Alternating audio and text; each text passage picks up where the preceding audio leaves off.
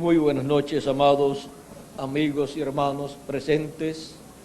Es para mí un privilegio muy grande estar con ustedes en esta ocasión aquí en Cartagena de Indias, en Colombia. Que las bendiciones de Jesucristo, el ángel del pacto, sean sobre cada uno de ustedes y sobre mí también, y nos permitan esta noche entender su palabra y así nos abre el entendimiento y el corazón para recibirla en esta noche.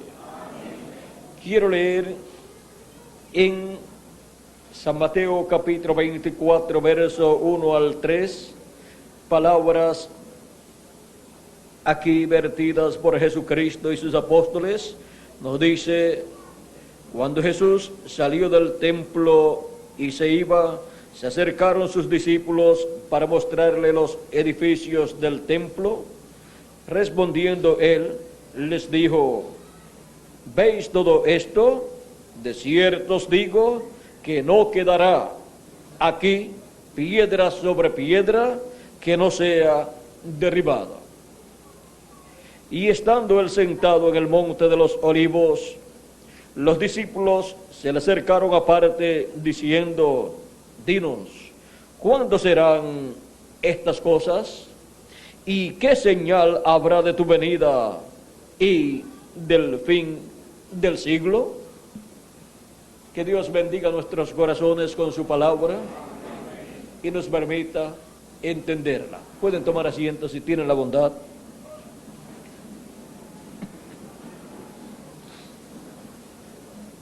Aquí tenemos tres preguntas que le hacen los discípulos a nuestro amado Salvador, por cuanto Cristo estuvo hablando allá en el templo acerca de la destrucción del templo y de Jerusalén, por cuanto los discípulos le mostraron a Jesús aquellos templos, aquel templo y aquellos edificios tan hermosos, y les dijo: de cierto os digo que no quedará aquí piedra sobre piedra que no sea derribada.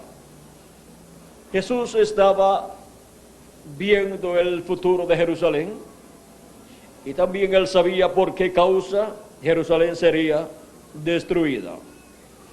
Encontramos que los discípulos estaban muy interesados en saber cuándo sería la destrucción de Jerusalén y preguntan a Jesús cuándo serían esas cosas. Jesús le contesta en este mismo evangelio y en los demás evangelios acerca de la destrucción de Jerusalén. Él dice a ellos que Jerusalén será cercado de ejércitos a causa de que habían rechazado a Cristo. Vean aquí en San Lucas capítulo 19, versos 41 al 44, también él nos habla del por qué Jerusalén sería destruida. Dice: y cuando llegó cerca de la ciudad, al verla, esto fue en su entrada triunfal a Jerusalén, lloró sobre ella diciendo: oh, si también tú conocieses, a lo menos en este tu día, lo que es para tu paz.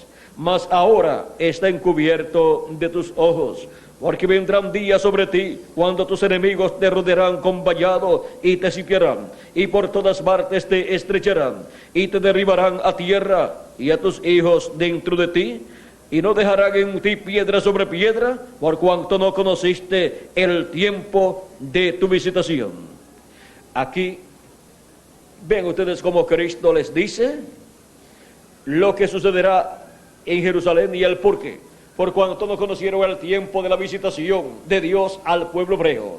Esa fue la visitación de Israel, en donde Dios estaba manifestado en carne humana, visitando a su pueblo Israel. Y encontramos que ya de esto le había hablado Cristo también a sus discípulos cuando les explicó la destrucción de Jerusalén. Capítulo 13 de San Lucas, verso 34 al 35 nos dice Jesucristo: Jerusalén, Jerusalén, que matas a los profetas y apedreas a los que te son enviados. ¿Cuántas veces quise juntar a tus hijos como la gallina a sus polluelos debajo de sus alas, y no quisiste?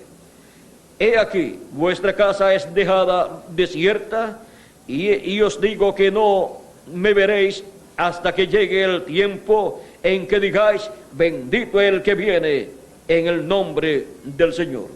Ahora vean cómo Cristo aquí muestra lo que sucederá a Jerusalén.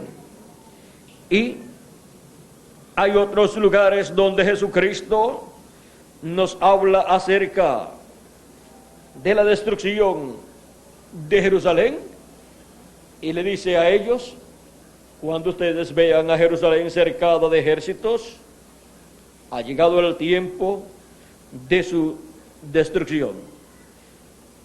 Encontramos que también les dice: y el que esté en Jerusalén, salga de Jerusalén, porque ha llegado el tiempo de su destrucción, y el que esté en el campo, no entre a ella nuevamente. O sea que él enseñó a sus discípulos este evento grande que vendría sobre Jerusalén, y sería la destrucción de ella, por cuanto no habían conocido la visitación divina en un profeta, en Jesús de Nazaret. Y cuando una persona, ciudad o nación no reconoce el cumplimiento de lo que Dios ha prometido para esa nación, con relación a la venida de un profeta, a la venida del Mesías, a esa persona o a esa ciudad o a esa nación no le queda otra cosa sino el juicio divino, por cuanto no conoció el tiempo de la visitación divina a ella. Ahora vean ustedes que Jerusalén ya estaba condenada a la destrucción, y Jesús confirmó esa sentencia, la cual en otros tiempos Dios había hablado contra Jerusalén también. Y ahora, ¿cuándo serán estas cosas? Vean ustedes, la destrucción de Jerusalén, del templo y los demás edificios allí, fue cuando el general romano Tito entró en el año 70, rodeó a la ciudad de Jerusalén por unos 2 años y luego la destruyó. Dice la historia que hubo tantas cruces con personas crucificadas alrededor de las murallas que ya no había más lugar para colocar más personas allí crucificadas. Ahora eso fue tan terrible para Jerusalén, pero miren, una cosa tan terrible vino a la ciudad llamada la ciudad de Dios y llamada la ciudad de paz. Y la ciudad de paz es la más que ha tenido guerras y problemas. Pero vendrá un tiempo en que habrá paz, cuando Jesucristo se siente sobre el trono de David, habrá paz en esa ciudad. Mientras tanto, hay guerras, hay problemas, y más al rechazar a Cristo en su primera venida, le han venido graves problemas a la ciudad de Jerusalén y a todo el territorio de Israel. Encontramos que donde estaba el templo fue construida la mezquita de Omar, y el pueblo hebreo no ha podido construir un templo allí porque ya hay otro templo allí de otra nación. Encontramos también que el pueblo hebreo fue esparcido por todas las naciones. Cristo habló de todo eso. Vean aquí, en el mismo capítulo 24, Cristo nos enseña que vendría esa situación para el pueblo hebreo. Dice, vamos a ver aquí: por tanto, cuando veáis en el lugar santo la abominación desoladora que habló el profeta Daniel, El que lee entienda, entonces los que estén en Judea huyan a los montes. El que esté en la azotea no descienda para tomar algo de su casa. Y el que esté en el campo no vuelva atrás para tomar su capa.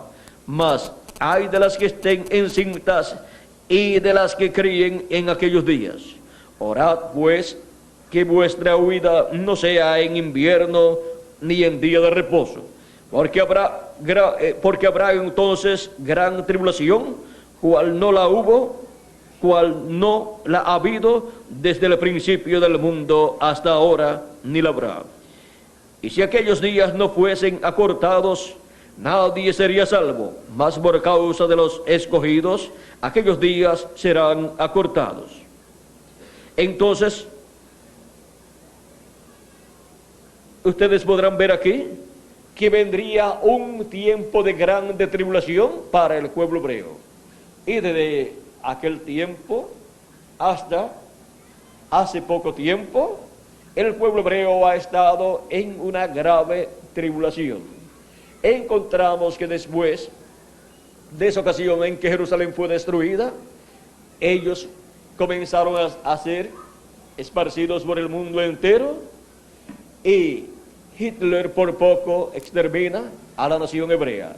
Y Hitler y otros dictadores como Stalin y Mussolini y otros dictadores, y fueron odiados por muchas naciones. Y por ser hebreos, vean ustedes, les vino ese juicio divino, porque aún ellos pidieron a Cristo para ser crucificado. Cuando Pilato dijo, ¿qué haré con vuestro rey? Ellos dijeron, quítalo, crucifícalo. Y a petición del pueblo hebreo, Pilato ordenó la muerte de Jesús. Y fue crucificado Cristo por el imperio romano a petición del pueblo hebreo. El pueblo hebreo con sus líderes pidieron que la sangre de Cristo fuera sobre ellos y sobre sus hijos. Y por cuanto la sangre de Cristo fue en contra de las manos de ellos, fueron culpables de la muerte de Cristo.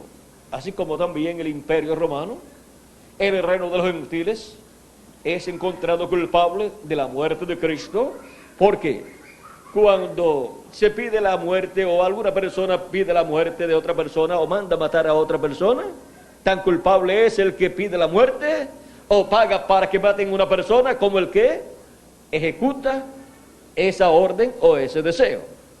Por lo tanto, a petición del pueblo hebreo, el imperio romano, el reino de los gentiles en esa etapa, crucificó a Jesucristo. Por lo tanto, ante la corte divina, ante el juez del universo, tan culpable es el pueblo hebreo como el reino de los gentiles. Ahora, el pueblo hebreo ha estado pagando su pecado. La sangre de Cristo ha sido hallada en las manos del pueblo hebreo, pero también está en las manos del reino de los gentiles. Ahora miren lo terrible que ha sido para el pueblo hebreo, porque la sangre de Jesucristo no debe ser hallada en las manos de ninguna persona, sino en el corazón, para quitar el pecado de la persona.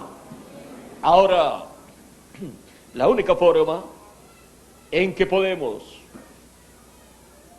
tener nuestras manos libres de la muerte de Cristo y la venganza de nuestro Dios no ser sobre nosotros es teniendo la sangre no en nuestras manos, sino en nuestro corazón, en nuestra alma. Ahora, miren el por qué el pueblo hebreo ha estado sufriendo tanto por todos estos años, desde la muerte de Cristo hacia acá. Pidieron que la sangre fuera sobre ellos y sobre sus hijos. Mire, si usted sabe que le va a venir un problema a usted siempre dice, pero que no venga sobre mi familia, ya que viene sobre mí. Que Dios libre mi familia de tener problemas con Dios. De que Dios vaya a derramar su juicio divino sobre mi familia. Pero ellos dijeron: su sangre sea sobre nosotros y sobre nuestros hijos, o sea, sobre nuestra descendencia. Y eso es lo que ha estado sucediendo, pues Dios ha estado juzgando y ha estado vengando la sangre de Cristo de mano de los hebreos. Ahora, ¿cómo será cuando en toda su plenitud venga la sangre de Cristo de mano del imperio gentil, de mano del reino de los gentiles? Será algo terrible. Y eso será la gran tribulación cayendo sobre el reino de los gentiles y destruirá el reino de los gentiles, que estará en la etapa de la bestia, o sea, del anticristo, en el tiempo final. Ahora, para el tiempo final, los días postreros, tenemos la promesa de la venida del Hijo del Hombre. La venida del Hijo del Hombre es el evento más importante prometido para el tiempo final. Pero, o sea, para el día postrero. Y alrededor de este evento tan grande girarán todos los demás eventos prometidos para el tiempo final o día postrero. Y todas las grandes promesas divinas hechas para el día postrero estarán ligadas a este gran evento de la venida del Hijo del Hombre prometido en la Escritura.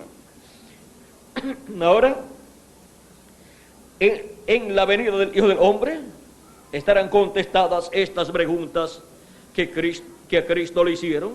Y ahora veamos las señales que Cristo dio para la venida del Hijo del Hombre. Dice: ¿qué señal habrá de tu venida y del fin del siglo? Vean, aquí están dos preguntas. ¿Qué señal habrá de tu venida y del fin del siglo? Vamos a ver la señal de la venida del Señor.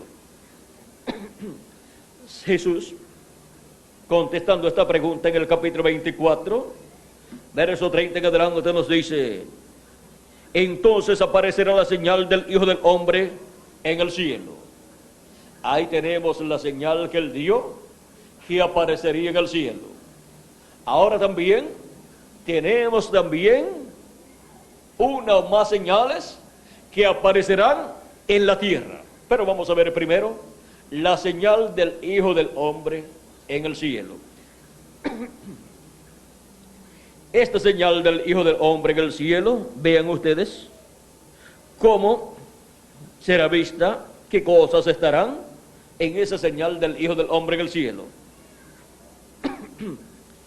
Y entonces lamentarán todas las tribus de la tierra y verán al Hijo del Hombre viniendo sobre las nubes del cielo con poder y gran gloria. De esto nos habló Dios por medio del profeta Daniel en el capítulo 7 y verso 13 en adelante, 13 y 14, dice: miraba yo en la visión de la noche, y aquí con las nubes del cielo venía uno como un hijo de hombre, que vino hasta el anciano de días, y le hicieron acercarse delante de él. Y le fue dado dominio, gloria y reino, para que todos los pueblos, naciones y lenguas le sirvieran. Su dominio es dominio eterno, que nunca pasará, y su reino uno que no será destruido. Aquí tenemos la promesa de la venida del Hijo del Hombre siendo vista en el cielo. Pero recuerden que la venida del Hijo del Hombre es vista primeramente en el cielo, en la señal del Hijo del Hombre en el cielo. Pero luego se materializará aquí en la tierra. Porque no solamente se necesita tener al Hijo del Hombre en el cielo, en las nubes, sino aquí en la tierra, para llevar a cabo su programa correspondiente al día postrero. Ahora tenemos la promesa que el Hijo del Hombre será visto en el cielo, en las nubes. San Lucas nos dice de la siguiente manera en el capítulo 21 y verso 27 en adelante. Dice: entonces verán al Hijo del Hombre que vendrá en una nube con poder y gran gloria. San Mateo dice que vendrá en las nubes, y San Lucas dice que vendrá en una nube. Y San Marcos, vamos a ver cómo dice. San Marcos en el capítulo 13, verso 26 al 27 dice: entonces verán al Hijo del Hombre que vendrá en las nubes con gran poder y gloria. San Marcos dice que vendrá en las nubes. Ahora, ¿hay alguna contradicción en estas palabras dadas aquí? ¿Que vendrá en las nubes o que vendrá en una nube? Es lo mismo, no hay ninguna contradicción. Pues, vean ustedes, esta promesa también está dada en Apocalipsis capítulo 1, donde nos dice de la siguiente manera en el verso 7 al 8, dice: he aquí que viene con las nubes, y todo ojo le verá, y los que le traspasaron, y todos los linajes de la tierra harán lamentación por él. Sí, amén. Yo soy el Alfa y el Omega, el principio y fin, dice el Señor, el que es, y que era, y que ha de venir, el Todopoderoso. Vean ustedes cómo en diferentes lugares de la Escritura tenemos la promesa de la señal del Hijo del Hombre en el cielo y la venida del Hijo del Hombre en las nubes o en una nube. Ahora, tenemos entonces que ver que esta promesa tiene que ser cumplida en este planeta Tierra en el tiempo señalado por Dios. Una nube tiene que aparecer en el cielo, como la señal del Hijo del Hombre en el cielo, y ahí tiene que estar el Hijo del Hombre, ahí tiene que estar el Señor, para luego venir manifestado en la tierra, pero primero tiene que estar en una nube. Esta es una promesa bíblica, por lo tanto tiene que ser cumplida en el tiempo final. En el 1963, en febrero 28 de 1963, apareció una nube misteriosa en el cielo. Fue tomada en fotos y fue publicada por la revista Ciencia y la revista Life o revista Vida como una nube misteriosa. ¿Por qué es publicada como una nube misteriosa? Porque estaba a una altura de 26 millas, en la cual no hay humedad para formar una nube. Y a esa altura no vuelan los aviones, y tampoco habían enviado cohetes por esa área de Norteamérica, o sea, por los cielos del estado de Arizona. Y lo otro es que era una nube de 30 millas de ancho por 50 millas de largo, o sea que era una nube gigante. Esta nube fue misteriosa para la ciencia. Cuando esto sucedió, cuando esta nube apareció, habían venido 7 ángeles al reverendo William Marion Branham, el cual estaba de cacería en las montañas de Arizona, en unas montañas por allá, por el área de Tucson, Arizona, por esos territorios. Y uno de esos ángeles lo había arrebatado y se lo había llevado juntamente con los demás ángeles, y estaban en una constelación formada por ángeles, y esta fue la constelación formada por esos ángeles. Eran 7 ángeles que vinieron y tomaron a nuestro hermano Branham y lo llevaron arriba a esa constelación de ángeles. Por lo tanto, hubo allí 8 ángeles contando al reverendo William Marion Branham.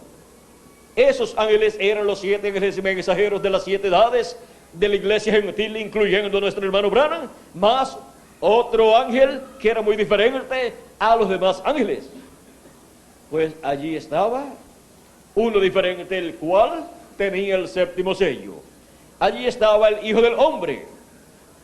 Allí estaba en una nube, no una nube de humedad, ni una nube de humo, sino una nube formada por ángeles en sus cuerpos teofánicos, por mensajeros en sus cuerpos teofánicos. O sea que era una nube de gloria, porque él vendría en esa nube de gloria. Y así se cumplió la profecía de la señal del Hijo del Hombre en el cielo.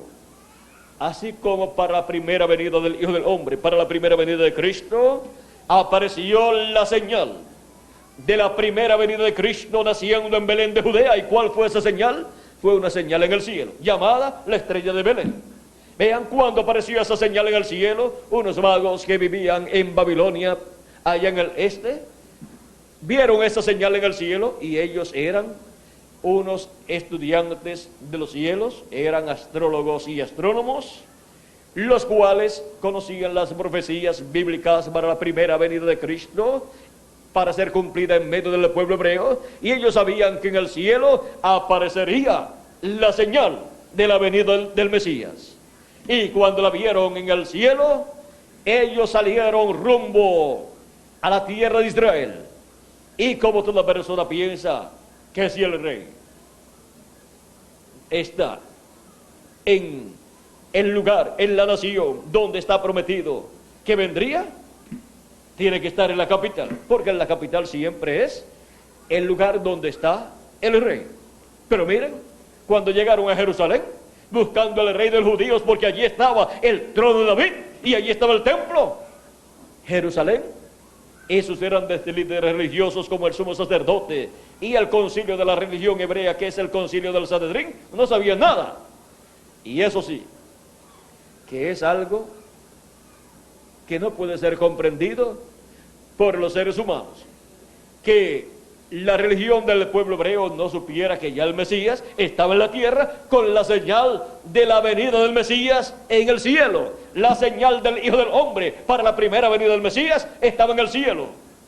Y duró unos 2 años siendo vista en el cielo, porque cuando los magos llegaron a Jerusalén, preguntando, ¿dónde está el rey de los judíos que ha nacido? Porque su estrella hemos visto en el oriente. Bueno, ellos vivían en Babilonia, estaban al oriente, o sea, al este de la tierra de Israel.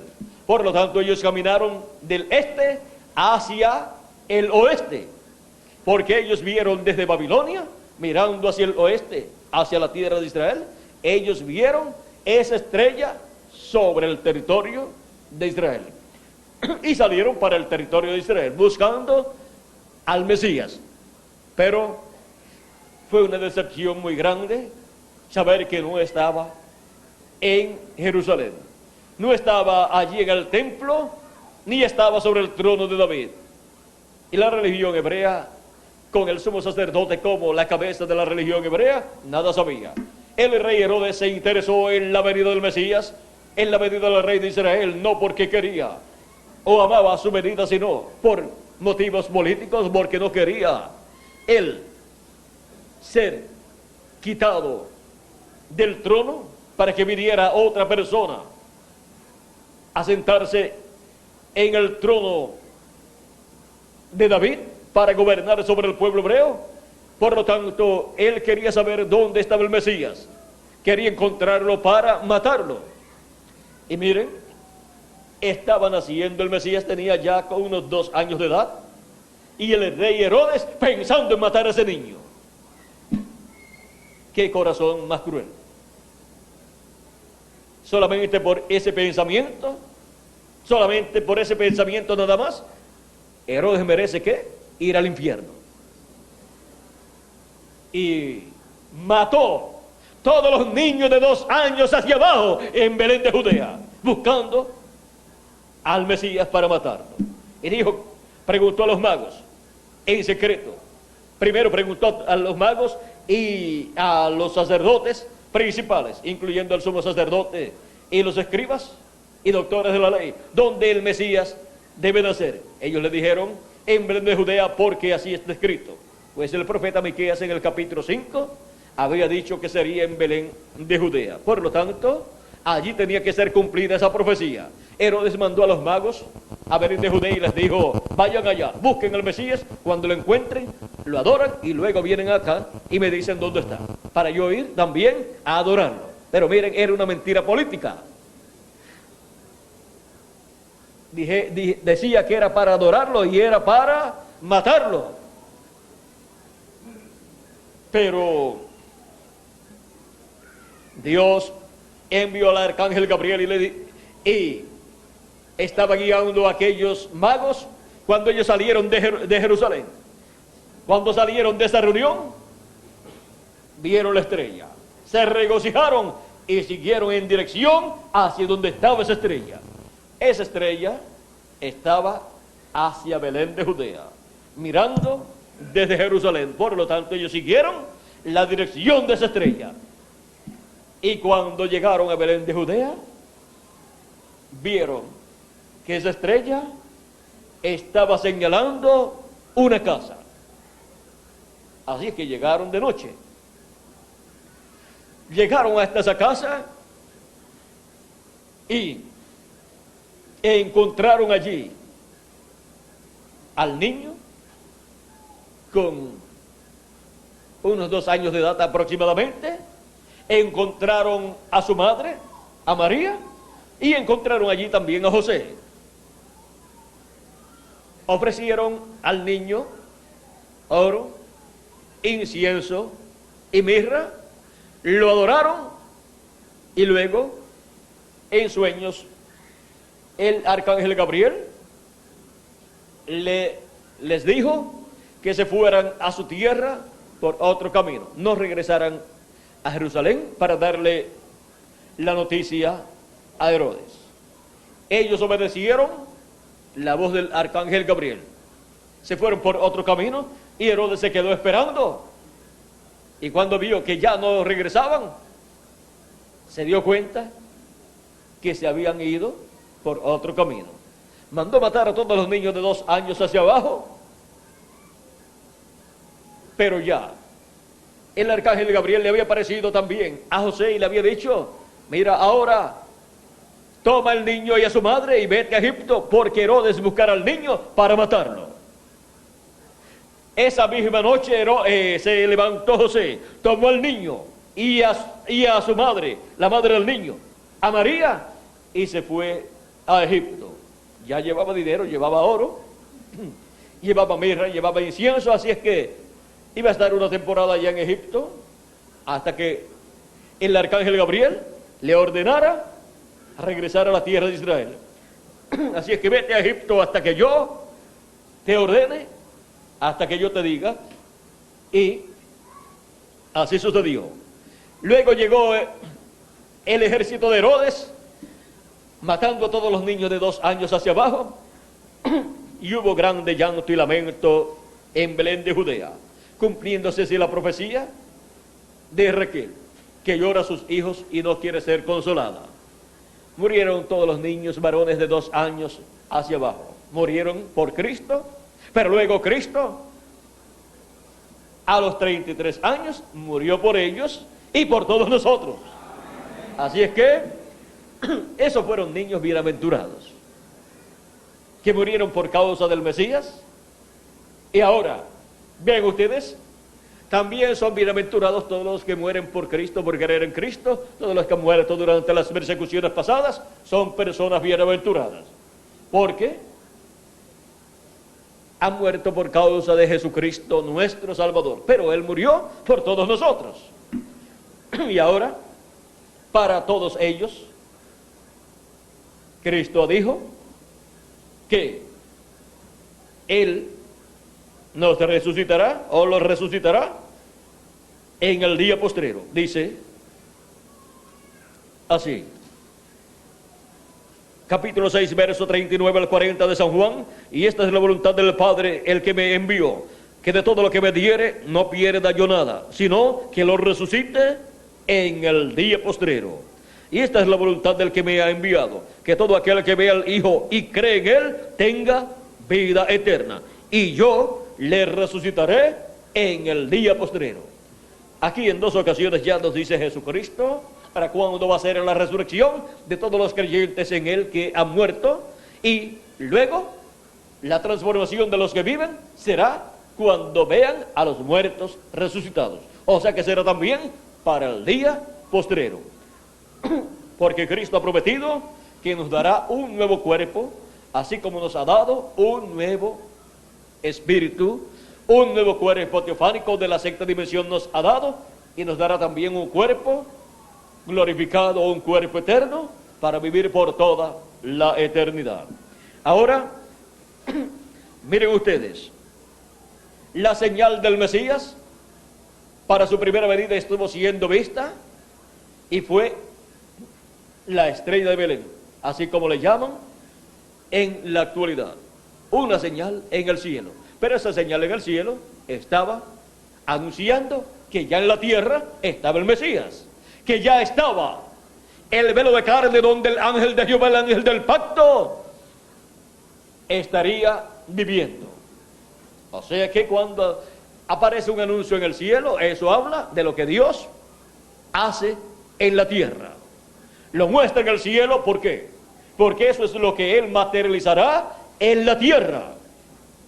Ahora, vean ustedes cómo ni el sumo sacerdote, ni los sacerdotes de aquel tiempo, ni los doctores de la ley se dieron cuenta que aquella estrella que estaban viendo era la señal de la venida del Hijo del Hombre como el Cordero de Dios para quitar el pecado del mundo.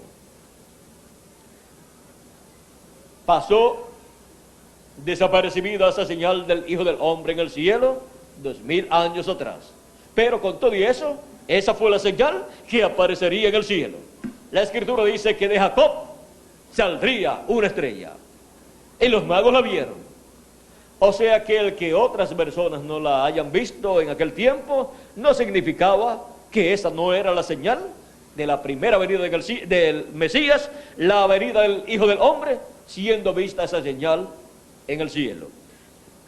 Ahora, cuando nos habla Cristo de la señal del Hijo del Hombre en el cielo, para la segunda venida del Hijo del Hombre, para la venida de Cristo en el día postrero, no significa que toda persona que haya visto esa señal, o que haya visto la foto de esa señal, entenderá que esa es la señal del Hijo del Hombre en el cielo. Pero los entendidos entenderán, porque a ellos les será revelado que esa es la señal del Hijo del Hombre en el cielo. No es una nube común, no es una nube formada por humedad, no es una nube formada por humo tampoco, sino que es una nube formada por ángeles de Dios, por los 7 ángeles mensajeros de las 7 edades de la iglesia gentil, y por ese otro ángel que era muy diferente a los demás. Vean, esta nube aquí, si usted la inclina hacia la derecha, verá que forma el rostro del Señor Jesucristo. No es el rostro literalmente del Señor Jesucristo, sino formado por esa nube, el rostro del Señor Jesucristo. Es como cuando usted hace un dibujo, y en ese dibujo, con carbón o con pintura, usted forma la imagen o el rostro de una persona. Y cuando usted ve ese rostro de esa persona, usted dice, mira, es fulano de tal. Pero literalmente no es fulano de tal, es una pintura. Fue formada por pintura o por carbón. Y así es este rostro del Señor Jesucristo. Está formado por esta nube de ángeles en sus cuerpos teofánicos. Ahora, aquí encontramos la barba del Señor, y luego encontramos el cabello blanco del Señor Jesucristo en esta nube o en este rostro formado por una nube.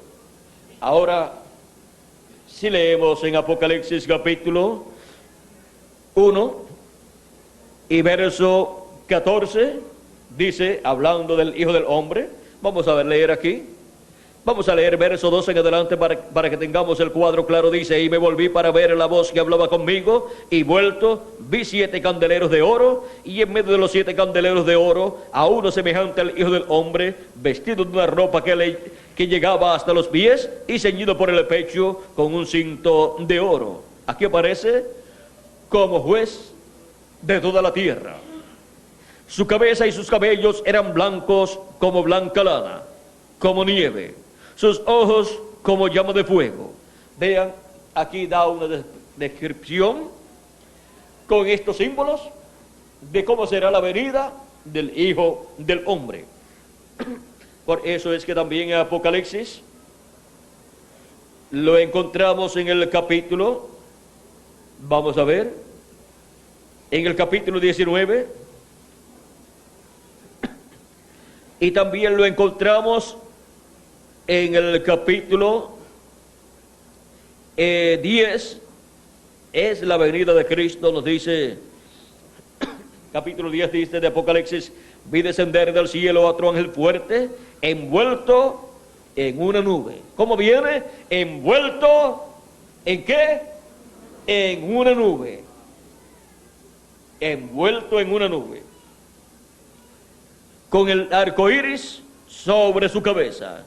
Y su rostro era como el sol, y sus pies como columnas de fuego. Aquí tenemos la venida de Jesucristo. Pero miren, cuando es visto en el cielo, es visto envuelto ¿en qué? En una nube, porque esa es la señal del Hijo del Hombre en el cielo. Ahora vean ustedes en esta nube, el cabello blanco es formado por el ángel que era muy diferente a los demás.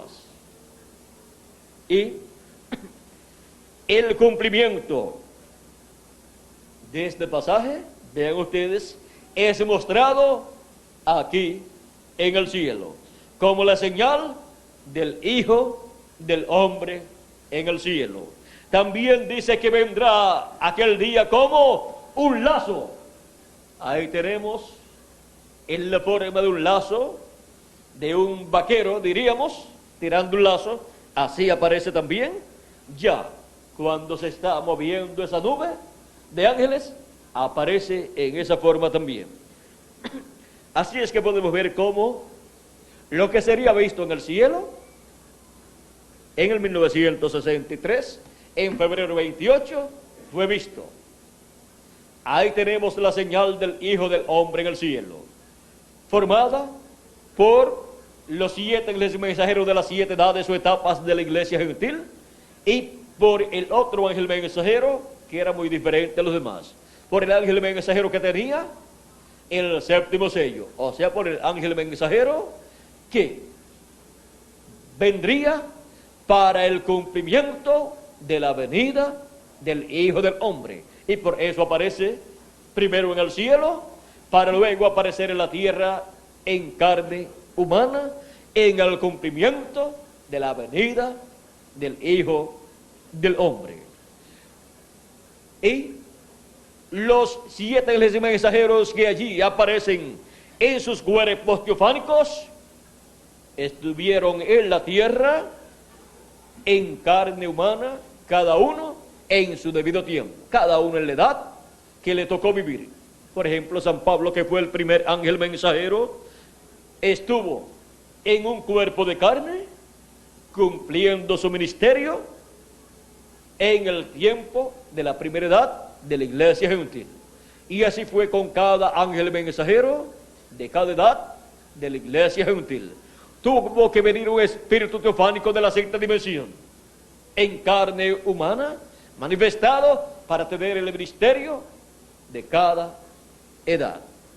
Y ahora, cuando todavía está el ministerio del 7º ángel mensajero en la tierra, en donde está el Espíritu de Cristo manifestándose, ocurre este gran evento en el cielo, y es vista la señal del Hijo del Hombre en el cielo.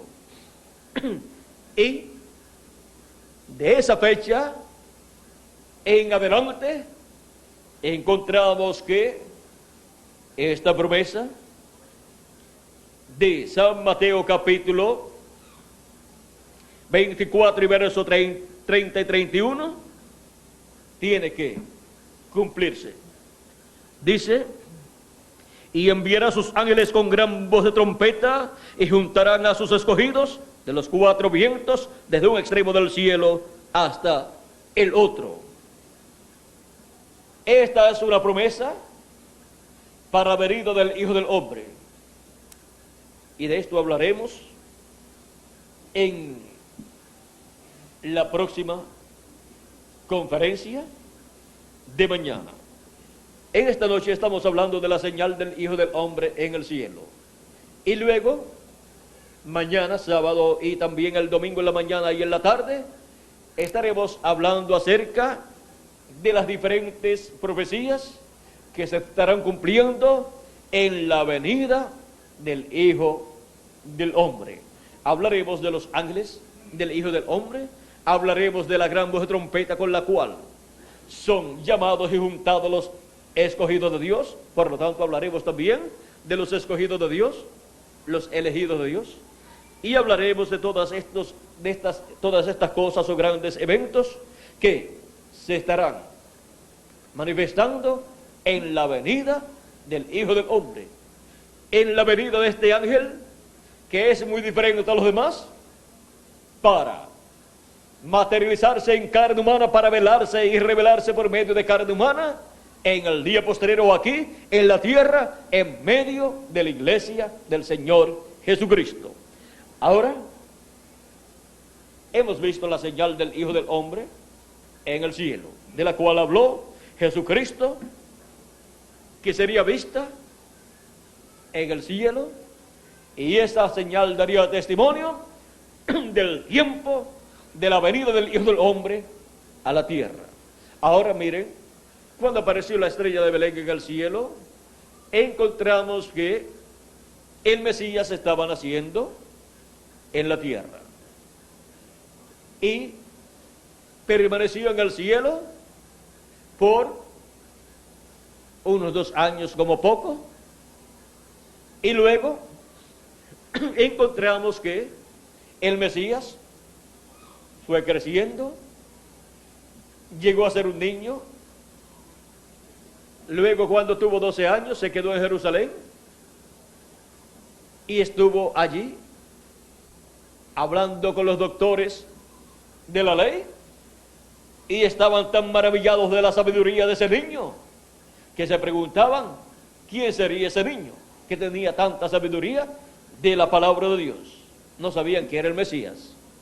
Miren cómo estuvo en la tierra el Mesías, naciendo, creciendo, viviendo en medio del pueblo hebreo, como un niño del pueblo hebreo, luego como un joven del pueblo hebreo, luego cuando llegó a los 29 años y medio, fue donde Juan el Bautista estaba predicando y bautizando a la gente, y fue bautizado por Juan el Bautista cuando tenía casi 30 años, o como 30 años, o sea, que le faltaban cerca de 6 meses para cumplir 30 años. Fue bautizado por Juan el Bautista y luego se fue al desierto para estar apartado allá, y estuvo allá ayunando por 40 días y 40 noches. Pero vean ustedes, cuando Juan vio a Jesús, él dijo: he aquí el Cordero de Dios que quita el pecado del mundo. Juan había estado anunciando que después de él vendría uno, del cual él no era digno de desatar la correa de su calzado. Él dijo: él les bautizará con Espíritu Santo y fuego. Yo les bautizo en bautismo de arrepentimiento, les bautizo en agua, pero el que viene después de mí, detrás de mí, es mayor que yo, es más poderoso que yo. ¿Por qué Juan estaba anunciando uno que vendría después de él? Porque él era el precursor de la primera venida de Cristo. Y el que vendría después de él sería el próximo profeta, y sería un profeta dispensacional, un profeta mayor que Juan el Bautista, que era un profeta de una edad, y era el profeta final de la dispensación de la ley. Fue el séptimo profeta de la septimidad de la dispensación de la ley. Aunque hubo muchos profetas en medio del pueblo hebreo, encontramos que solamente 7 profetas son señalados como los mensajeros de las 7 edades de la iglesia hebrea bajo la ley. Ahora, Moisés fue un profeta mayor, fue un profeta dispensacional. Por eso trajo el mensaje para la dispensación de la ley. Dios tiene 7 dispensaciones. La primera es la dispensación de la inocencia, y el mensajero, el profeta mensajero es Adán, antes de la caída.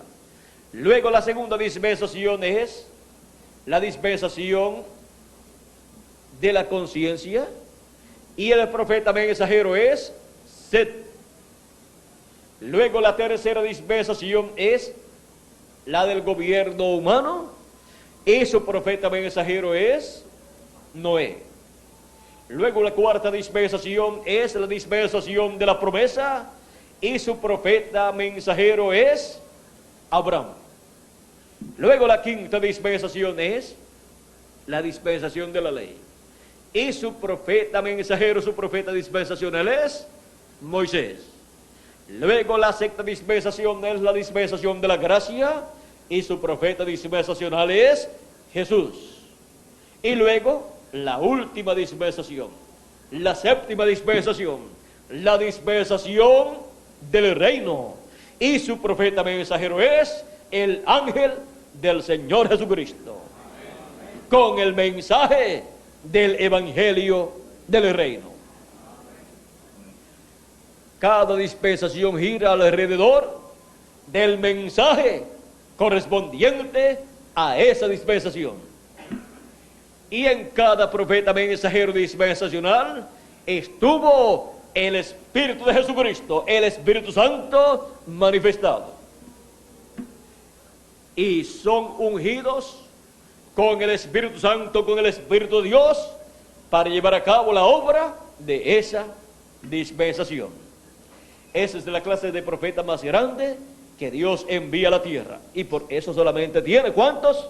7 profetas dispensacionales.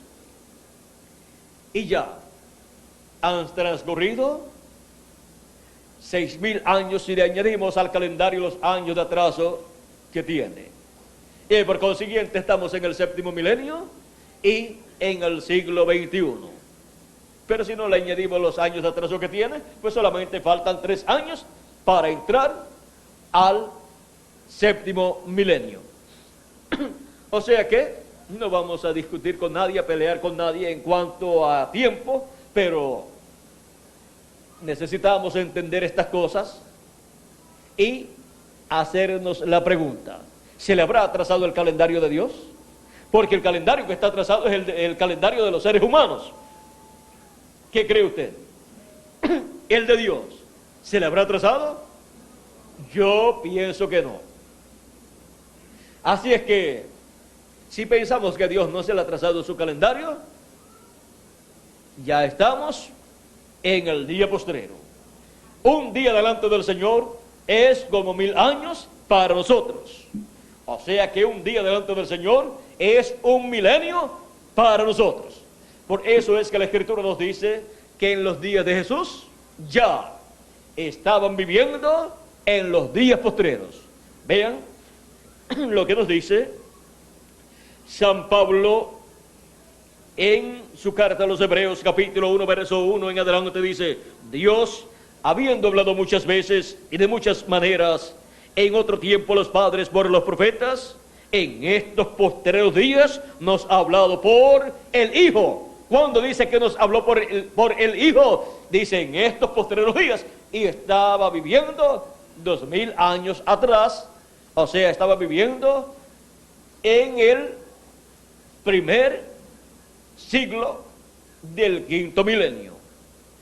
es que por cuanto un día delante del Señor es un milenio, o sea, 1000 años para nosotros, cuando se habla de los días postreros delante de Dios, se refiere a los milenios postreros para los seres humanos.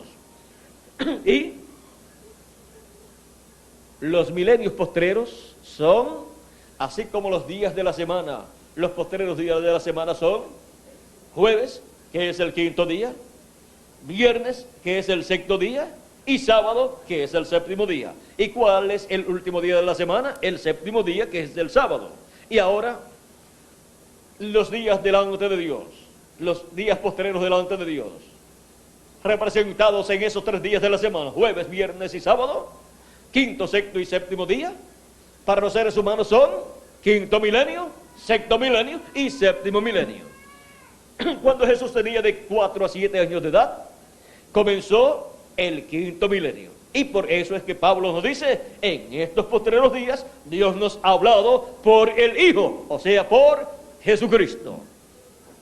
También Pedro nos enseña que cuando ellos recibieron el Espíritu Santo al día de Pentecostés, ya estaban viviendo en los días postreros. Hechos capítulo 2, verso 14 en adelante dice, pues en ese tiempo pensaban que ellos estaban borrachos. Era de 6 a 9 de la mañana cuando comenzó toda esa bendición de Dios, cuando vino el Espíritu Santo. Ahora dice, pensaban que estaban borrachos y vean aquí. Entonces Pedro, poniéndose en pie con los 11, alzó la voz y les habló diciendo, varones judíos y todos los que habitáis en Jerusalén, esto os sea notorio y oíd mis palabras, porque estos no están ebrios como vosotros suponéis, puesto que es la hora tercera del día. La hora tercera del día es de 8 a 9 de la mañana. En medio del pueblo hebreo, la cuarta vigilia consta de 3 horas que son de 6 a 7 de la mañana la primera, esa es la primera hora para el pueblo hebreo. De 7 a 8 de la mañana la segunda hora, y de 8 de la mañana a 9 de la mañana la tercera hora. La hora tercera es de 8 a 9 de la mañana. Y ahora Pedro les dice, puesto que es la hora tercera del día. Mas esto es lo dicho por el profeta Joel. Ahora Pedro les va a mostrar que esto que está sucediendo allí no es que están borrachos, sino que Dios está cumpliendo lo que él prometió por medio del profeta Joel. Y en los postreros días, dice Dios. ¿Para qué tiempo fue que Dios dijo que derramaría de su espíritu sobre toda carne? Para los postreros días.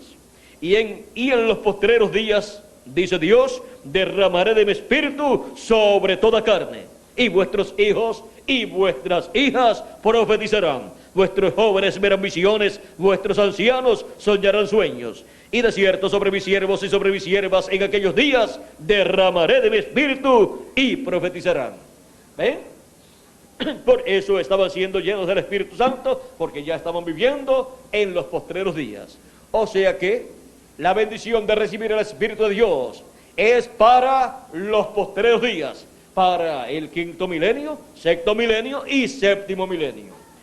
Y ahora hemos comprendido lo que son los días postreros. Y hemos descubierto que si le añadimos al calendario los años de atraso que tiene, ya estamos en el 7.º milenio. En el milenio del cual Jesucristo dijo, y yo le resucitaré en el día postrero. El día postrero delante de Dios es el milenio postrero para los seres humanos, que es el 7.º milenio, en donde sigue él derramando de su espíritu, y en donde en algún año del 7.º milenio él resucitará a los muertos en Cristo, o sea, los creyentes en Jesucristo que recibieron su Espíritu Santo y entraron así al cuerpo místico de Jesucristo. Vienen a formar parte de la iglesia del Señor Jesucristo, porque las personas para formar parte de la iglesia de Jesucristo tienen que creer en Cristo como su Salvador, recibirlo como su Salvador y lavar sus pecados en la sangre de Jesucristo y recibir su Espíritu Santo. y así entran a formar parte de la iglesia del Señor Jesucristo. Como le dijo Cristo a Nicodemo en el capítulo 3 de San Juan: de cierto te digo que el que no nazca de nuevo no puede ver el reino de Dios, o sea, no lo puede entender.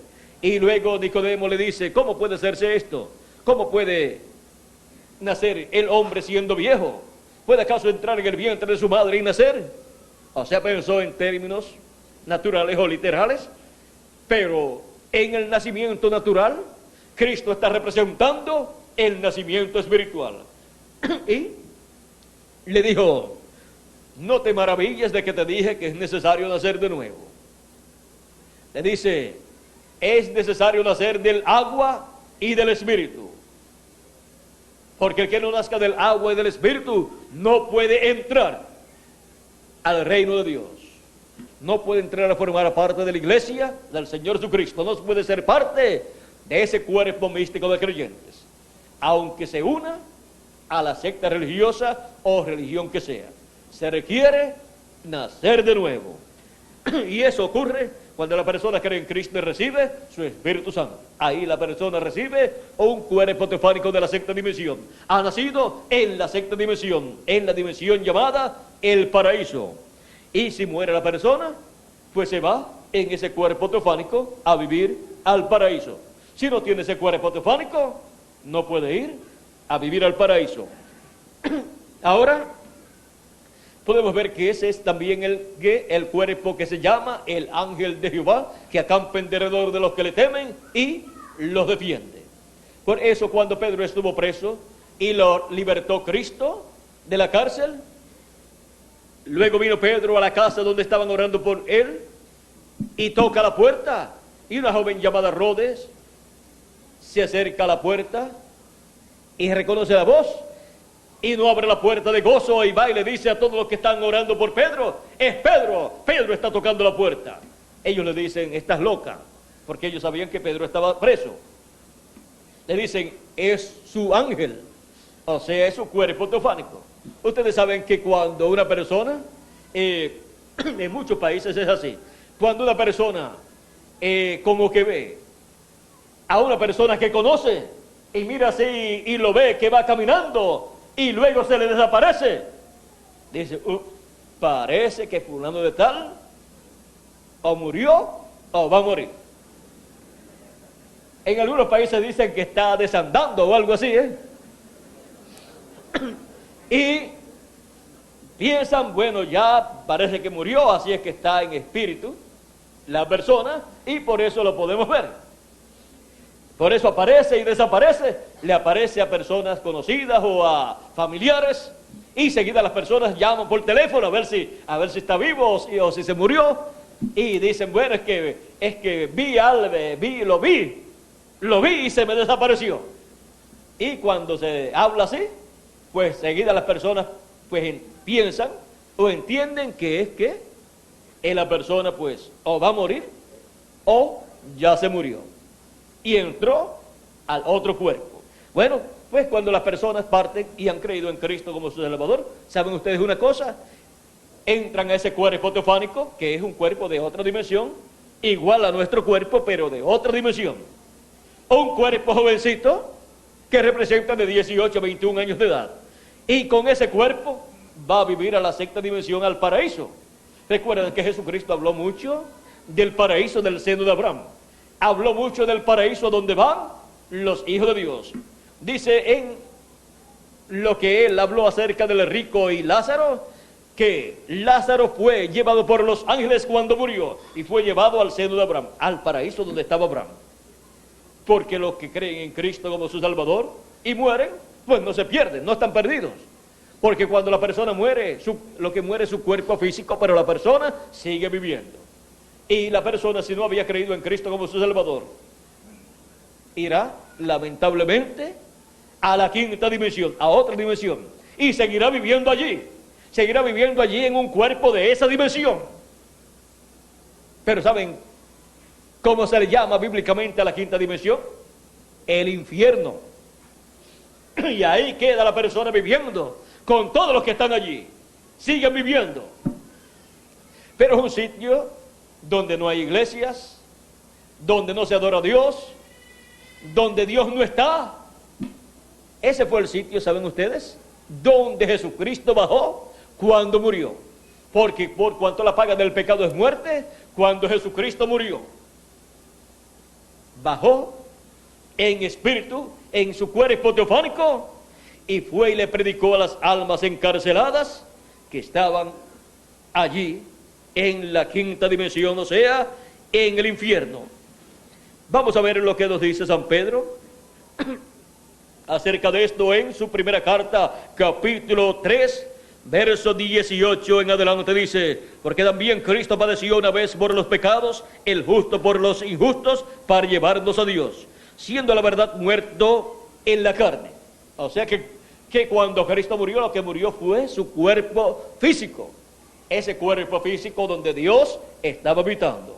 Pero el Espíritu de Jesucristo no murió, ese cuerpo teofánico no murió. ¿Y qué sucedió? Dice: pero vivificado en espíritu, en el cual también fue y predicó a los espíritus encarcelados. Fue en su espíritu teofánico, en ese cuerpo teofánico de la sexta dimensión, en ese cuerpo en el cual le apareció a Abraham, cuando le apareció como Melquisedec, rey de paz y rey de Jerusalén. Y también en otra ocasión le apareció como Elohim durante el día, porque después, durante la noche, ya para amanecer el otro día, Sodoma y Gomorra serían destruidas, serían quemadas. Pues Dios le apareció también a Abraham en esa ocasión, con dos arcángeles, los cuales fueron Gabriel y Miguel. Por eso es que Jesús podía decir: antes que Abraham fuera, yo soy. Y Abraham deseó ver mi día, lo vio y se gozó. Cuando lo vio, cuando le apareció con sus dos arcángeles y comió con Abraham. Y luego fueron a Sodoma y Gomorra y quemaron a Sodoma y Gomorra. O sea que la destrucción de Sodoma y Gomorra fue llevada a cabo por Gabriel y Miguel y Elohim. Y Elohim es Dios. Y Él es el Dios que se hizo carne y habitó entre los seres humanos y fue conocido por el nombre de Jesucristo. Ahora veamos lo que sigue diciendo. Dice, vamos a leerlo de nuevo, dice: pero vivificado en espíritu, en el cual también fue y predicó a los espíritus encarcelados, los que en otro tiempo desobedecieron, cuando una vez se esperaba la paciencia de Dios en los días de Noé, mientras se preparaba el arca. Mientras se preparaba el arca, la paciencia de Dios estaba manifestada. Si traía el diluvio antes del arca estar preparada, perecía no solamente aquella generación, sino Noé y su familia también, porque de un diluvio no hay quien escape. Pero Dios siempre provee una forma para escapar los escogidos de Dios, en la cual pocas personas, es decir, 8, fueron salvadas por agua. Ven ustedes, de una generación de millones de personas, las cuales tenían religiones, las cuales tenían mucha sabiduría, y los descubrimientos que han hecho de esa generación antediluviana dicta o da testimonio de que hubo un gran conocimiento científico y un conocimiento en todas las cosas de los seres humanos. Ahora, vean ustedes que aquella generación no creyó a Noé, no siguió el mensaje de Noé, y Noé era un profeta dispensacional. Cristo dice: como fue en los días de Noé, así será la venida del Hijo del Hombre. Allá hubo un profeta dispensacional con un mensaje dispensacional y anunciando el fin de aquella generación. Y para el día postrero, en la venida del Hijo del Hombre, habrá un profeta dispensacional, el profeta de la dispensación del reino, y estará dando testimonio que hemos llegado al día postrero, al séptimo milenio, y que de un momento a otro el fin de esta generación se llevará a cabo, y será por fuego, no por agua, sino con un diluvio de fuego que será fuego atómico, el cual ya está preparado y almacenado en bombas atómicas y en plantas nucleares, y también está almacenado en los volcanes. O sea que hay fuego por todas partes. Y si quieren un poquito más de fuego, miren las instalaciones petroleras y las instalaciones de gas de muchas ciudades. Eso es un fuego almacenado. Se le prende un fósforo y ya está encendido el fuego. O sea que hay fuego almacenado por todas partes. Para el día señalado por Dios de Malaquías capítulo 4 verso 1, donde dice: porque aquí viene el día ardiente como un horno, y todos los soberbios y todos los que hacen maldad serán estopa. Aquel día que vendrá los abrazará, o sea, los quemará, ha dicho Jehová de los ejércitos, y no les dejará ni raíz ni rama. ¿No dice también lo mismo Jesús cuando habla en la parábola del trigo y de la cizaña, que la cizaña será atada en manojos y será echada en el horno de fuego para ser quemada? Eso está hablando del día ardiente como un horno que ha de venir sobre este planeta Tierra. Eso será un diluvio de fuego para quemar la cizaña. Para quemar la cizaña que representa los hijos del malo. Cristo dijo: toda planta que no sembró mi Padre Celestial será desarraigada y echada al fuego. O sea, será desarraigada y echada en el horno de fuego. En ese día ardiente como un horno que ha de venir. Y luego serán echados en el lago de fuego, tanto los del tiempo final como los de las edades y generaciones pasadas. Por ejemplo, todas esas personas que fueron desobedientes en el tiempo de Noé, que se encuentran en el infierno y no pueden salir de esa dimensión, cuando sean juzgados en el juicio final, luego serán echados al lago de fuego, donde serán consumidos y dejarán de existir. Todavía ellos existen, pero en sus cuerpos de esta dimensión. O sea que están vivos todavía, pero están en un lugar llamado el infierno. Ahora, vean ustedes que la muerte del ser humano, cuando muere su cuerpo físico, el ser humano todavía sigue viviendo, pero depende de lo que ha hecho aquí en la tierra mientras ha vivido en el cuerpo de carne. De eso depende el futuro de cada ser humano. Después que terminó sus días aquí en la tierra, si no creyó en Cristo como su Salvador y recibió su Espíritu, encontramos que se tiene que ir de vacaciones a otra dimensión. Ahí será que se jubilará de sus trabajos aquí en la tierra. Mientras esté aquí en la tierra, tiene que estar trabajando, porque eso es orden divina. Dios lo jubila cuando se muere la persona y lo manda a descansar. O sea, lo manda o a la quinta dimensión o lo manda al paraíso. Cuando termine el reino milenial, Dios llamará a todos los que están en el infierno, y dice que el infierno y la muerte y el mar darán sus muertos y serán presentados ante el trono de Dios, ante el trono blanco, para ser juzgados. Y en ese juicio se le pedirá cuenta o se juzgará a la persona de acuerdo a lo que hizo mientras vivió en esta tierra, en este cuerpo de carne que nosotros tenemos. Y de acuerdo a lo que hizo, será juzgado allí. Y luego saldrá para su destino final.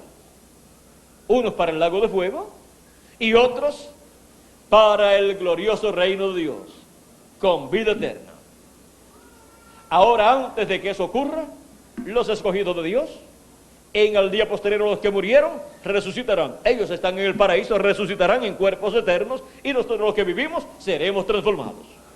Y antes del juicio final, ya nosotros estaremos con un cuerpo eterno, con vida eterna, y viviendo por toda y para toda la eternidad, en un cuerpo jovencito que representará siempre de 18 a 21 años de edad. Y no nos lamentaremos cuando tengamos ese cuerpo, nos miraremos en el espejo cuando recibamos ese cuerpo y diremos: qué hermoso y jovencito está este cuerpo nuevo que Cristo me ha dado. Y después, a los 100 años se mirará de nuevo, puede mirarse todos los días si quiere, pero digamos a los 100 años vuelve y se mira para ver qué ha pasado con el transcurso de los 100 años, mirará y dirá, ni una arruguita me ha salido. Se mirará el cabello y dirá, ni una canita me ha salido. Y sentirá su cuerpo y dirá, me siento tan fuerte como el primer día que recibí este cuerpo. Y ahora a los 100 años uno se mira y dice, no está como estaba cuando yo era un jovencito, pero en el otro cuerpo no habrá lamentos, ni lágrimas, porque no habrán sufrimiento ni problemas. Todo será eternidad. Y todo será lo que habíamos perdido con la caída de Adán y Eva, todo estará restaurado y estaremos todos restaurados a la vida eterna. Ahora podemos ver el por qué Cristo vino, y Cristo es el ángel del pacto, el ángel de Jehová, el mismo que le apareció a Moisés y a los profetas del Antiguo Testamento, el cual se hizo carne y vivió entre los seres humanos. No lo comprendieron ni lo recibieron, pero era nada menos que el Dios de Israel, el Dios de Abraham, de Isaac y de Jacob, el ángel de Jehová con su cuerpo de carne para llevar a cabo la obra de redención en la cruz del Calvario. Y gracias a Dios que no lo reconocieron, porque si lo llegan a reconocer, lo colocan sobre el trono de David sin llevar a cabo la obra de redención en la cruz del Calvario, y eso no era correcto.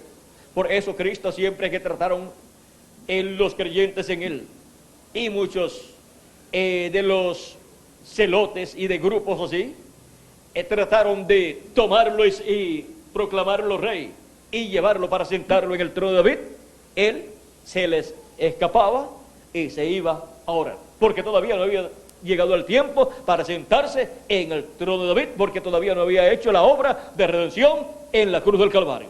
Por lo tanto, no había quitado nuestros pecados. Y si no había quitado nuestros pecados, por lo tanto, el Espíritu Santo, el Espíritu de Cristo, no podía venir sobre nosotros. No se podía producir el nuevo nacimiento en los hijos e hijas de Dios.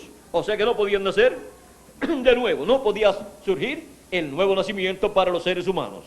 Por lo tanto, no sería un reino perfecto ese reino. Ahora encontramos que el diablo también le ofreció a Cristo los reinos de este mundo, y Cristo lo rechazó, y rechazó al diablo también. ¿Qué significaba el que Cristo aceptara la oferta del diablo? Eso hubiera significado que la religión de ese reino sería la religión del diablo. Al que se adoraría sería el diablo. ¿Ven? Y el que estaría en Jesús sería el diablo manifestado. ¿Ven todo lo que quería el diablo al ofrecerle los reinos de este mundo? Pero Cristo lo rechazó.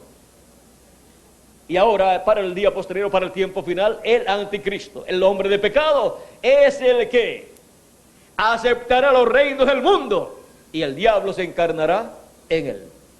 Pero Cristo, con el resplandor de su venida y con el espíritu de su boca, destruirá al diablo encarnado en el anticristo, en el hombre de pecado, y destruirá el reino del anticristo también, y establecerá su reino, su glorioso reino milenial, en donde habrá paz, en donde habrá amor divino, en donde las guerras terminarán, y en donde Cristo gobernará sobre el pueblo hebreo y sobre toda la raza humana.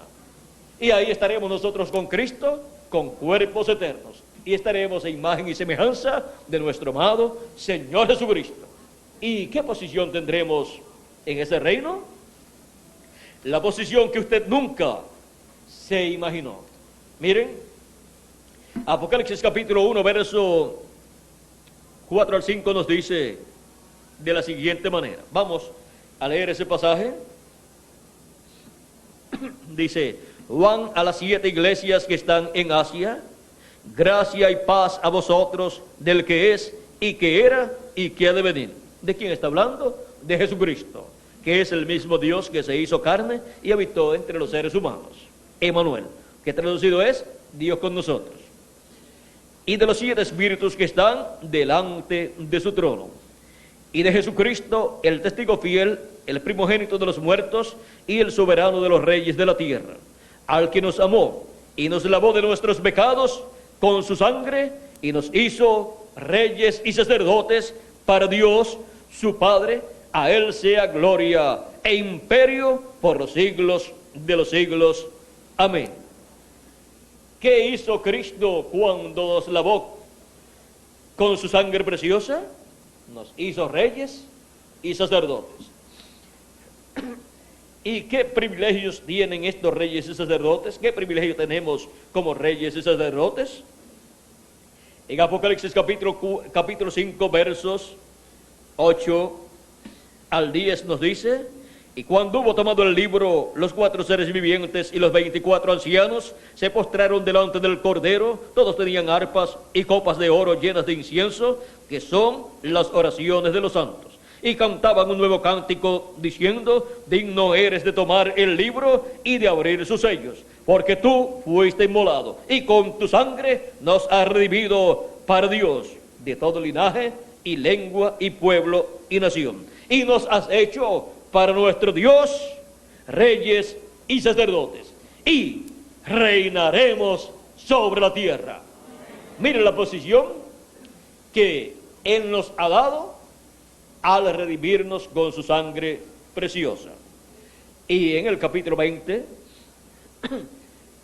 versos 4 al 6, donde nos presenta el glorioso reino milenial, dice: y vi tronos y se sentaron sobre ellos los que recibieron facultad de juzgar. Esos son los escogidos de Dios, los que han sido hechos reyes y sacerdotes. Para ellos son esos tronos. Y vi las almas de los decapitados por causa del testimonio de Jesús y por la palabra de Dios, los que no habían adorado a la bestia ni a su imagen, y que no recibieron la marca en sus frentes ni en sus manos, y vivieron y reinaron con Cristo 1000 años. ¿Reinaron con Cristo cuánto? 1000 años, porque esa es la muestra. Ese es un día delante del Señor. Ese es el 7º milenio, en donde será establecido el glorioso reino de nuestro amado Señor Jesucristo. Pero los otros muertos no volvieron a vivir hasta que se cumplieron 1000 años. Esta es la primera resurrección. Bienaventurado y santo el que tiene parte en la primera resurrección. Los que tienen parte en la primera resurrección son los miembros del cuerpo místico de Jesucristo, o sea, los miembros de la iglesia del Señor Jesucristo, los redimidos por Jesucristo en el Nuevo Testamento, y los otros son los santos del Antiguo Testamento que resucitaron con Jesucristo cuando Jesucristo resucitó el día domingo de resurrección. En San Mateo capítulo 27, versos 50 al 53, nos habla de esos santos que resucitaron y aparecieron a muchos de sus familiares en la ciudad de Jerusalén. Ahora sigue diciendo: bienaventurado y santo el que tiene parte en la primera resurrección. La segunda muerte no tiene potestad sobre estos. La segunda muerte es el lago de fuego. No tiene potestad sobre estos. O sea, que estos escogidos tienen vida eterna. Estos escogidos nunca serán echados en el lago de fuego. Estos son los primogénitos de Dios escritos en el libro de la vida del Cordero desde antes de la fundación del mundo. Y Dios los llama en el tiempo en que les toca vivir. Los llama por medio del mensaje correspondiente a esa edad y a esa dispensación, el cual viene por medio de Jesucristo en Espíritu Santo a través del ángel mensajero, del profeta mensajero que Dios envía para ese tiempo. Esa es la forma en que las ovejas de Cristo oyen la voz de Jesucristo. Él dijo también: tengo otras ovejas que no son de este redil, las cuales también debo traer, y oirán mi voz, y habrá un rebaño y un pastor. San Juan capítulo 10, verso 14 al 16. Cristo dijo: yo soy el buen pastor. Él dijo: mis ovejas oyen mi voz. Oyen mi voz, ¿y qué? Y me siguen. Eso es lo que ha estado sucediendo de edad en edad en medio de los gentiles, cuando Jesucristo en el Espíritu Santo se ha manifestado en cada ángel mensajero de cada edad de la iglesia gentil. Y eso es lo que para este tiempo final también estará sucediendo en la edad de la piedra angular y en la dispensación del reino, en donde Jesucristo estaría llamando y juntando a todos sus escogidos.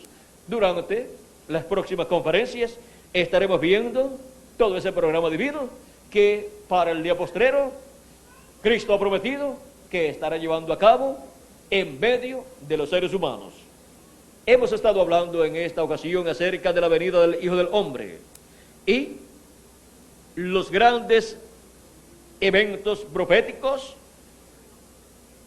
que serán cumplidos. Hemos hablado en esta ocasión, este es el tema general para esta serie de conferencias, la venida del Hijo del Hombre. Y estaremos viendo los grandes eventos proféticos que se estarán cumpliendo en la venida del Hijo del Hombre. Hoy hemos visto la señal del Hijo del Hombre en el cielo. Este es el tema de hoy, en esta serie de conferencias titulada La venida del Hijo del Hombre. Hemos visto cómo el Hijo del Hombre apareció ahí, en esa señal vista en el cielo, en febrero 28 de 1963. Ha sido para mí un privilegio muy grande estar con ustedes en esta ocasión, dándoles testimonio de la señal del Hijo del Hombre en el cielo, donde el Hijo del Hombre fue visto como el ángel que era muy diferente a los demás.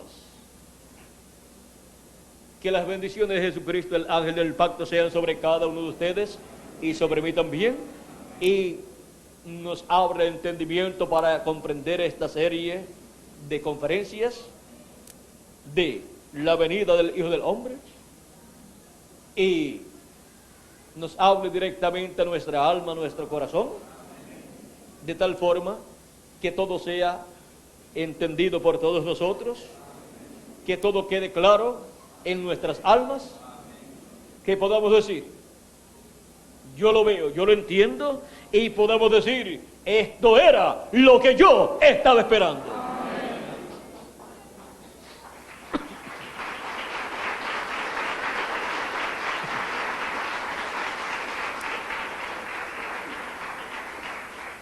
La señal del Hijo del Hombre en el cielo. Que Dios les bendiga, les guarde y les prospere espiritualmente y materialmente también. Y todo su programa lo abra para nosotros, que nos abra el entendimiento y el corazón para comprenderlo en este día postrero y creerlo con toda nuestra alma. Amén. Y que pronto todos seamos transformados y raptados. Amén. Que los que faltan por ser llamados y juntados sean llamados y juntados pronto, y se completa así el número de los escogidos de Dios, de los primogénitos de Dios escritos en el cielo, en el libro de la vida del Cordero. En el nombre eterno de nuestro amado Señor Jesucristo. Amén y amén. Pasen todos muy buenas noches y hasta mañana, Dios mediante, en este mismo lugar. ¿Y a qué hora, Miguel? ¿A la misma hora? Esa es para la actividad de la noche. Durante el día también hay otras actividades, las cuales también estarán siendo anunciadas, pero la actividad con toda la congregación será en la noche, a las 6:30 de la noche, en donde estaremos viendo el próximo tema de esta serie titulada La venida del Hijo del Hombre. Este es el evento más grande prometido para el día postrero, o sea, para este tiempo en el cual nosotros estamos viviendo. No hay otro evento mayor que este. Todos los demás eventos prometidos giran alrededor de la segunda venida de Cristo, o sea, de la venida del Hijo del Hombre. Bueno, vamos a dejar por aquí a Miguel para continuar y finalizar en esta noche nuestra parte, dándole gracias a Jesucristo por sus bendiciones dadas a nosotros en esta ocasión. Con nosotros el reverendo Miguel Bermúdez Marín para continuar y finalizar nuestra parte. Dios le bendiga y buenas noches. Casi 30,